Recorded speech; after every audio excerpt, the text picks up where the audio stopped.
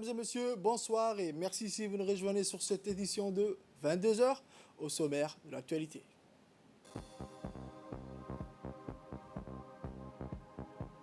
Message fort pour préserver l'unité et la paix du Premier ministre.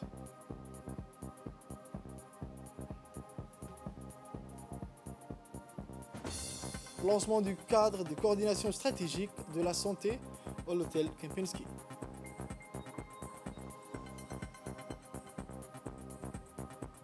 Actualité internationale, la Grèce, la Turquie et la Russie, toujours en proie à des violents incendies. Merci encore, mesdames et messieurs, de nous rejoindre sur cette édition de 22 heures. Et après des événements forts, regrettables, qui ont porté atteinte à la fierté commune de vivre ensemble et ont entaché les valeurs ancestrales de paix et de solidarité dans notre pays ces derniers jours, le Premier ministre, son Excellence, M. Abdelkader Kamel Mohamed, s'est adressé à la population. Après avoir exprimé au nom du président en son personnel les condoléances et sa compassion pour les victimes des barbaries, le Premier ministre a remercié les efforts pour apaiser la situation et saluer la sagesse du peuple djiboutien qui a su rester lucide, évitant le jeu des agitateurs des réseaux sociaux. Un peuple qui a montré que rien n'était plus important que la paix et l'avenir de ce pays. Le Premier ministre a rappelé dans son message que la République de Djibouti est une et indivisible, un peuple qui puise sa force dans sa diversité culturelle, précisant que les individus qui ont voulu lui porter atteinte doivent payer le prix fort. Des individus qui cherchent à déstabiliser notre pays divisé et le peuple djiboutien en emportant sous notre drapeau les rivalités qui n'ont pas lieu d'être dans notre pays.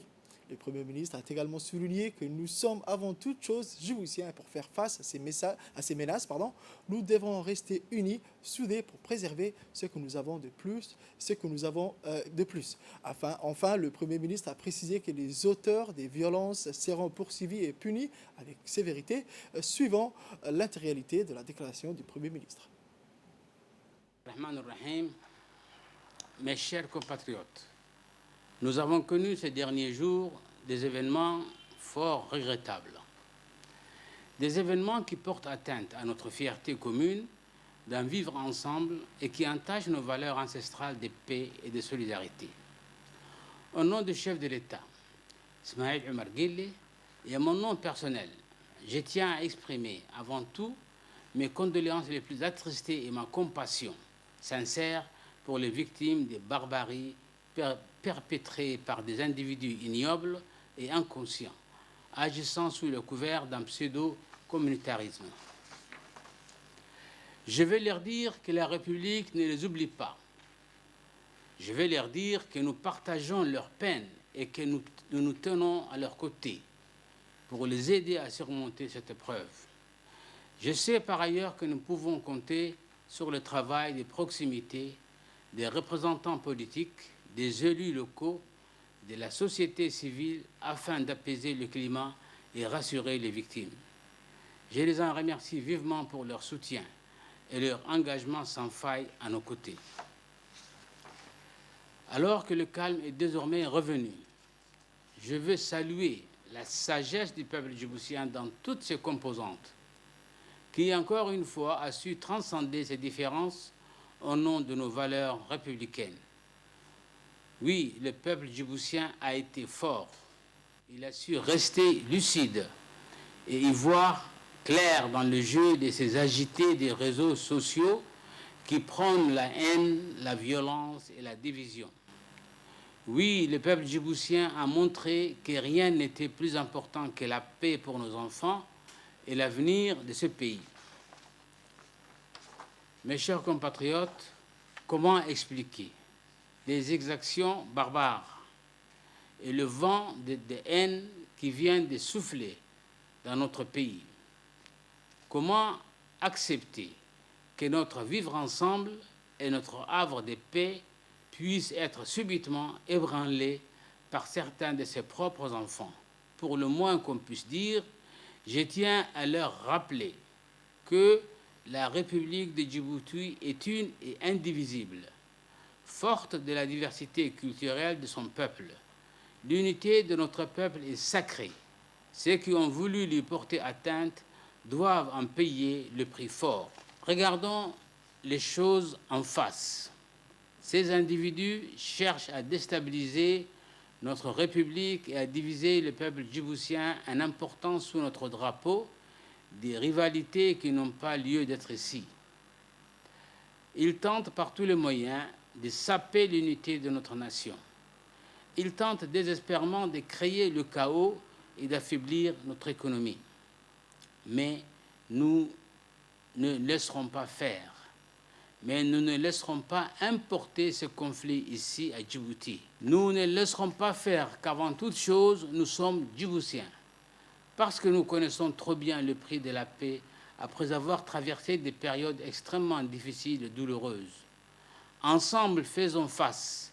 Restons unis, restons soudés pour préserver ce que nous avons de plus cher. J'en appelle aussi à la vigilance et à la persévérance des forces de l'ordre pour assurer la sécurité dans tous les pays. Je sais pouvoir compter sur l'engagement de chacun. Mes chers compatriotes, soyez-en sûrs, les auteurs de ces violences seront poursuivis et punis avec la plus grande sévérité. Nul n'échappera à la justice. Nous ne laisserons pas passer les attaques contre les Djiboutiens et leurs biens. Nous ne laisserons pas agir impunément les ennemis de Djibouti. Plus que jamais, je compte sur vous. Je compte sur votre conscience républicaine. À la veille de cette nouvelle année de l'Hégire 1443, je tiens à souhaiter tous mes vœux de bonnes et heureuses années à tous les Djiboutiens et Djiboutiennes. Puis cette nouvelle année marquait une étape supplémentaire dans notre quête permanente de paix et de communion pour le peuple djiboutien. Vive l'unité et la paix, vive les Djiboutiens et Djiboutiennes, vive la République. C'était la déclaration du Premier ministre.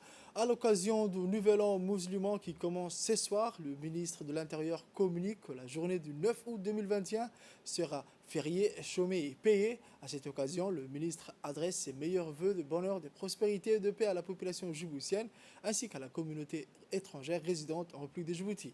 À l'instar du monde arabe et islamique, la République de Djibouti célèbre ce soir le Nouvel An hijrien 1443.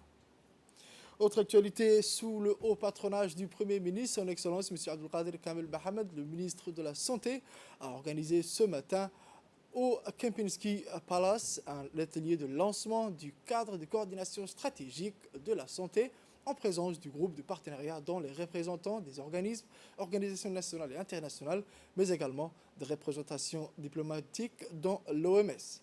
Des membres du gouvernement, dont le ministre des Affaires étrangères par intérim et le ministre de l'Environnement, M. Mohamed Abdelkader Moussa Halem, le ministre de l'Intérieur, M. Saïd Nour Hassan, et des hauts responsables du ministère de la Santé et des départements sectoriels ont participé à l'atelier de lancement. Les responsables du ministère de la Santé qui ont multiplié les efforts pour jeter les bases de cet espace de concertation sur les défis du secteur de la santé. Le cadre de coordination lancé aujourd'hui est placé sous le thème de l'urgence face à la pandémie de la Covid-19 et elle a comme caractère participatif et inclusif. La première réunion du cadre de concertation des partenaires du secteur de la santé va lancer la réflexion sur les voies et moyens nécessaires pour répondre de manière cohérente, rationnelle et durable aux défis sanitaires auxquels fait face le pays et plus particulièrement ceux liés à la pandémie de la Covid-19. Selon les présentations durant la séance, notre pays a déjà été confronté à 2 vagues épidémiques avec des impacts négatifs sur la situation socio-économique. Grâce aux efforts multiples du gouvernement de Djibouti et des professionnels de la santé, la situation de l'épidémie actuelle semble rassurante, mais une 3e vague épidémique n'est pas à exclure. La réunion de concertation avec les partenaires du système de santé et les amis de Djibouti permettra de faire le point sur la situation du Covid-19. Les enseignements tirent des leçons apprises d'expériences passées, mais il sera important pour définir les perspectives et les défis à relever pour une réponse efficace face à la pandémie du Covid-19. Le Dr Hussein Youssouf a fait une présentation sur la situation actuelle de la pandémie, la politique des prises en charge élargie aux différentes structures sanitaires de la capitale et des régions, suivies des interventions de nombreux partenaires et diplomates. Les analyses, les constats et les recommandations issues de ces discussions seront importantes pour une réponse collective face au risque de reprise de la pandémie. Le ministre de la Santé, Dr Ahmed Roble, a souligné dans son intervention que le lancement de la plateforme sera un espace d'échange et de concertation régulier entre le ministère de la Santé et ses partenaires sur les défis qui se posent en matière de santé et traduit notre volonté de travailler en synergie et au plus près de nos partenaires. Dans cette perspective, nous avons élaboré un plan d'anticipation articulé autour de 4 principes directeurs. Premièrement, la reconfiguration de la filière de soins, et notamment hospitalière, pour la prise en charge optimale des cas graves, fondée sur la standardisation des soins et la mise en place des filières dédiées à cet effet. Deuxièmement, le renforcement de la surveillance des points des entrées. Comme vous savez, à Djibouti, la plupart des cas viennent des portes d'entrée au niveau surtout international. Troisièmement, l'accélération de la campagne de vaccination, y compris à destination des populations dites spéciales, c'est-à-dire les populations réfugiées, les populations flottantes, les populations étrangères. La mobilisation de la population en faveur d'une réappropriation des gestes barrières, les vagues épidémiques intenses qui ont secoué notre pays ont souligné les fragilités de notre système de santé et notamment nos vulnérabilités structurelles auxquelles il convient de répondre par des choix forts, rapides et assumés. C'est un nouveau rythme que nous voulons désormais imprimer aux réformes nécessaires à la modernisation de notre système de santé. C'est aussi un nouveau rythme de dialogue, de discussion concertée entre nous et nos partenaires.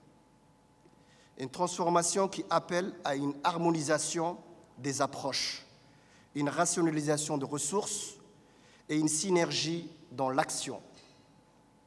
C'est dans cet esprit qu'un exercice de cartographie de ressources disponibles et de suivi des dépenses dans le cadre de la lutte contre la Covid-19 a été initié et à laquelle je vous invite à participer activement.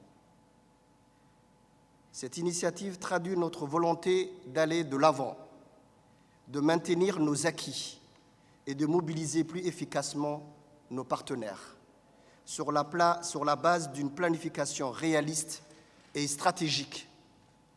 Nous ambitionnons de poursuivre l'harmonisation de la réponse d'urgence à l'épidémie de la Covid-19 en tenant de compte des nécessaires investissements structurels et à long terme dans des domaines déterminants du système de santé.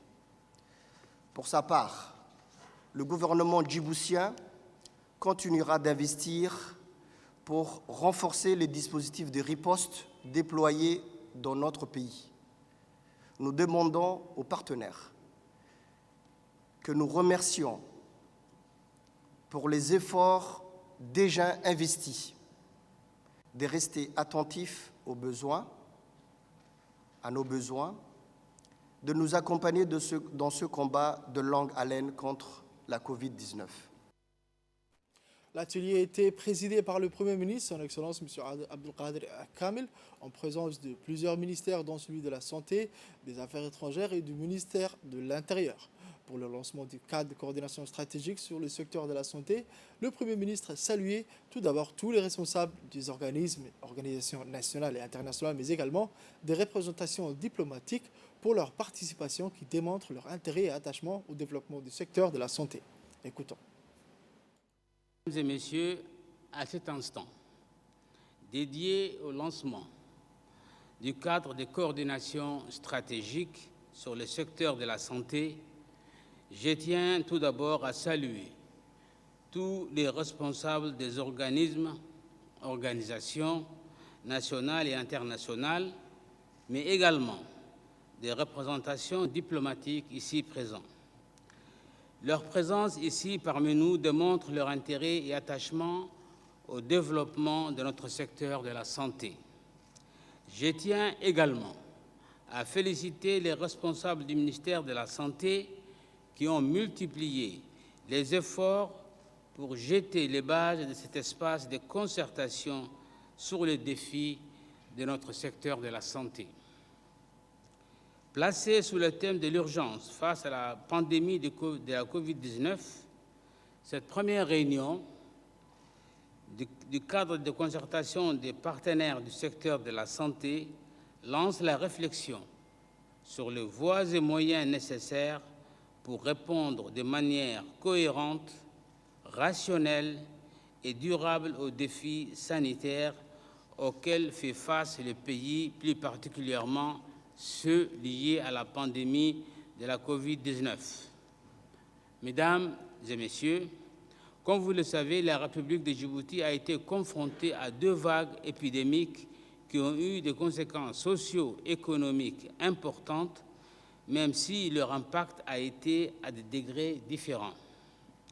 Aujourd'hui, en République de Djibouti, la situation épidémiologique actuelle est rassurante, mais elle peut évoluer rapidement, tant les mutations et les ramifications de cette pandémie, qui n'épargne aucun pays et aucun continent de ce monde, sont imprévisibles.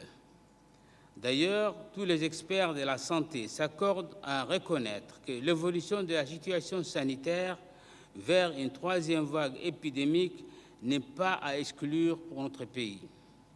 Aussi, je reste pour ma part convaincu que cette réunion de concertation avec les partenaires du système de la santé, dans leur ensemble, servira non seulement à faire le point sur l'état de la riposte actuelle et les leçons apprises des expériences passées, mais servira également à donner les perspectives et défis à surmonter dans l'éventualité d'une reprise épidémique. À travers une meilleure information sur les directives nationales en la matière et un meilleur partage des expériences et des évolutions internationales de la pandémie, cet atelier devra permettre de mieux concilier nos engagements respectifs sur les éléments de renforcement nécessaires pour anticiper une riposte rapide et efficace dans l'optique d'une 3e vague. Seul un engagement concerté de toutes les parties prenantes, politiques, techniques, permettra une atténuation des conséquences d'une reprise épidémique dans le pays. Avant de déclarer ouvert cet atelier, je voudrais présenter mes meilleurs vœux de santé, de bonheur à tous les peuples djiboutiens et tous les Djiboutiens et tous les étrangers qui résident dans le pays pour l'année de l'hégire 1443. Sur ce, je déclare ouvert cet atelier de lancement des cadres de concertation sur le secteur de la santé. Merci. Lors du lancement du cadre de coordination stratégique sur le secteur de la santé, des réactions recueillies sur place.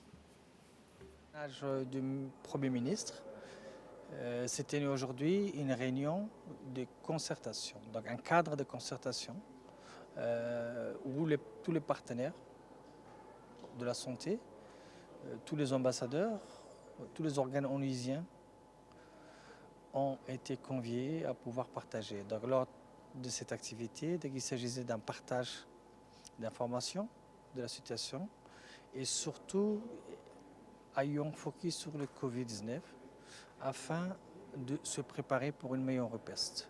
Cette meilleure riposte s'inscrit dans le cadre de l'exercice d'un plan de préparation du ministère de la Santé, de 2, d'une cartographie des dépenses déjà engagées, puis structuration des besoins par niveau, afin de remédier, afin d'éviter et afin de limiter la propagation du virus. Toujours dans la capitale, dans le cadre de la Semaine de la Jeunesse, le ministère de la Jeunesse et de la Culture a organisé ce matin au Palais du Peuple le lancement des activités de la semaine du 8-12 août 2021 consacrée à la jeunesse et à la préservation de la paix. La cérémonie de lancement des activités consacrées à la jeunesse et à la préservation de la paix a débuté par un verset du Saint-Coran et suivi de l'hymne national. À cette occasion, les artistes nationaux ont présenté des chants patriotiques et paix, suivis par des sketchs de sensibilisation et de prévention, ayant pour objectif de préserver la paix et la cohésion sociale. Les activités de la semaine du 8-12 août sont dédiées aux jeunes Djiboutiens, à toute la communauté, à la mobilisation et au renforcement des valeurs nécessaires à l'épanouissement de la jeunesse, telles que l'unité et la concorde nationale, la préservation de la paix durable et la cohésion sociale en République de Djibouti.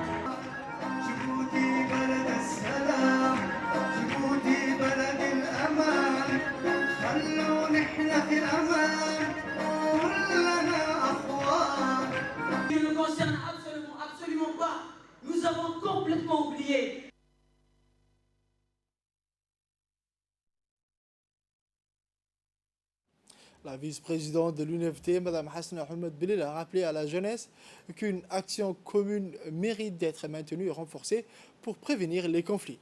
Grâce à votre participation, a-t-elle dit, active et constructive de contribuer à sensibiliser les différentes catégories d'acteurs, y compris les jeunes et les femmes, dans la prévention des discours de haine afin de promouvoir la cohésion sociale.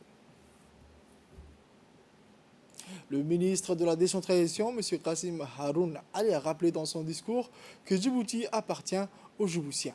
Écoutons. Une seule communauté, nous sommes une communauté nationale. Dans une démocratie comme la nôtre, dans une république sûre de ses principes, nous pouvons tous ensemble considérer qu'il n'y a qu'une seule communauté, et c'est la communauté nationale. Nous devons la préserver, nous devons la surveiller, nous devons considérer comme un acquis. Nous sommes aujourd'hui tristes. Pourquoi? Parce que nous n'avons pas la culture de violence. Djibouti appartient à tous les Djiboutiens et nous devons le surveiller ensemble. Moumen Hassan Barre, ministre des Affaires musulmanes, dans son discours, a encouragé les jeunes à transmettre ce patrimoine précieux et à défendre notre richesse de la diversité et du respect mutuel.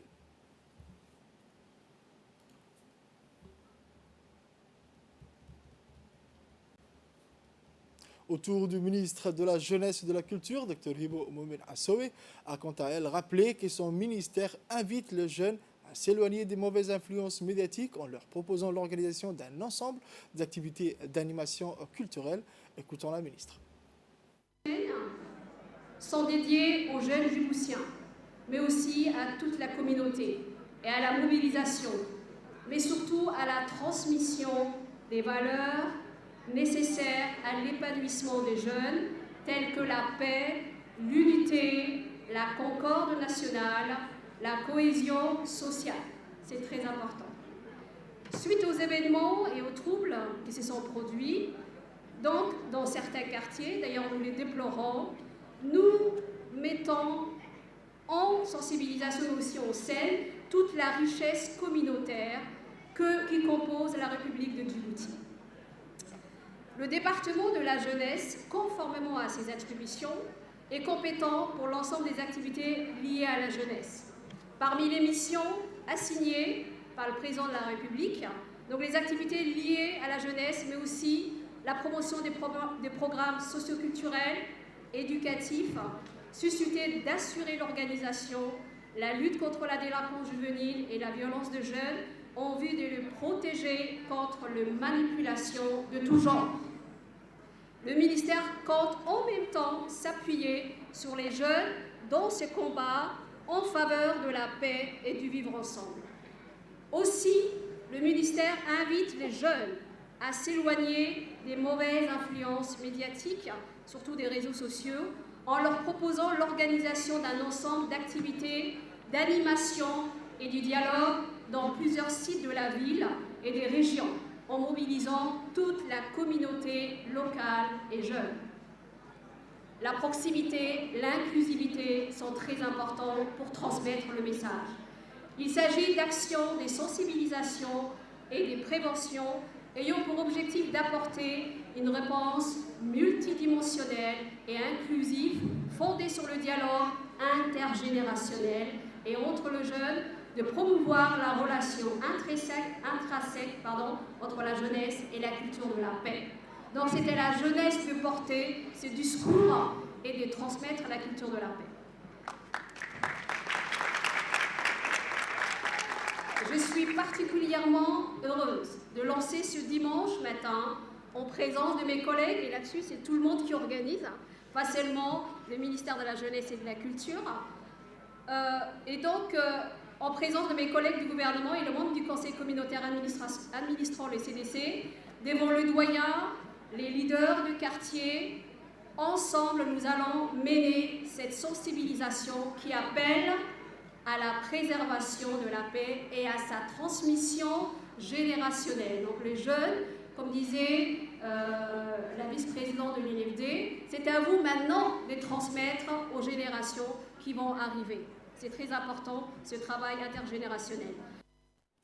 Autre actualité nationale, dans le cadre de la modernisation de la fiscalité et mobilisation des ressources internes, le ministère du Budget a entrepris un vaste chantier dans le système de la gestion des impôts. Pour relever les défis et les challenges dans ce sens, l'administration fiscale est en train de mener des projets, un boîtier fiscal. Les objectifs recherchés de cette réforme étant de sécuriser les recettes fiscales, mais aussi mobiliser les ressources internes. Avec ce projet, la Direction générale des impôts est en train de mener du vaste chantier de réforme dans le système intégré de gestion des impôts et de recouvrement. Le processus a déjà commencé et aujourd'hui, il est au stade de la signature avec des tierces parties sélectionnées. C'est un projet financé par la Banque mondiale mais a été interrompu à cause du Covid-19. Il s'agit d'une société canadienne qui a déjà travaillé dans ce système qui permettra à la direction des impôts de mettre en place rapidement le télédéclaration, le télépaiement et l'immatriculation en ligne. L'utilité de ce système est de sécuriser la recette fiscale et de moderniser la recette fiscale. Ce logiciel était mis en place par une société étrangère qui avait la main, donc d'où il y avait un certain blocage et qui intervenait au système, aux bases de données des sociétés, des contribuables.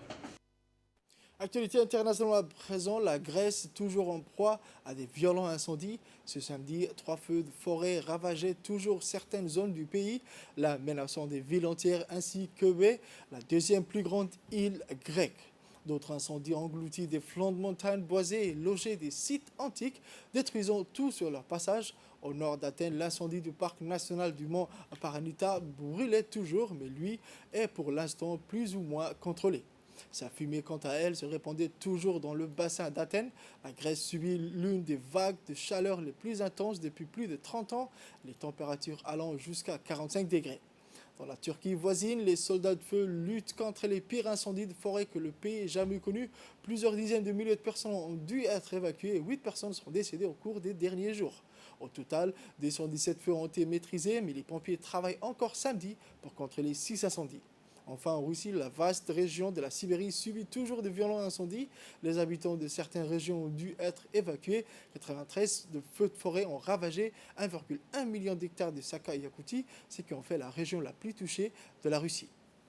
Autre actualité à présent internationale, aux Jeux Olympiques, Eliud Kipchoge est entré un peu plus dans les annales du sport ce 8 août 2021 à Sapporo. Le Kenya a remporté un marathon délocalisé organisé très tôt pour éviter la chaleur et la moiteur de Tokyo. Les conditions locales n'ont visiblement pas gêné le tenant du titre qui a fait la course seul en tête. L'homme qui a couru le marathon en moins de 2 heures a cette fois mis 2 heures 8 minutes et 38 secondes pour couvrir les 42,195 km.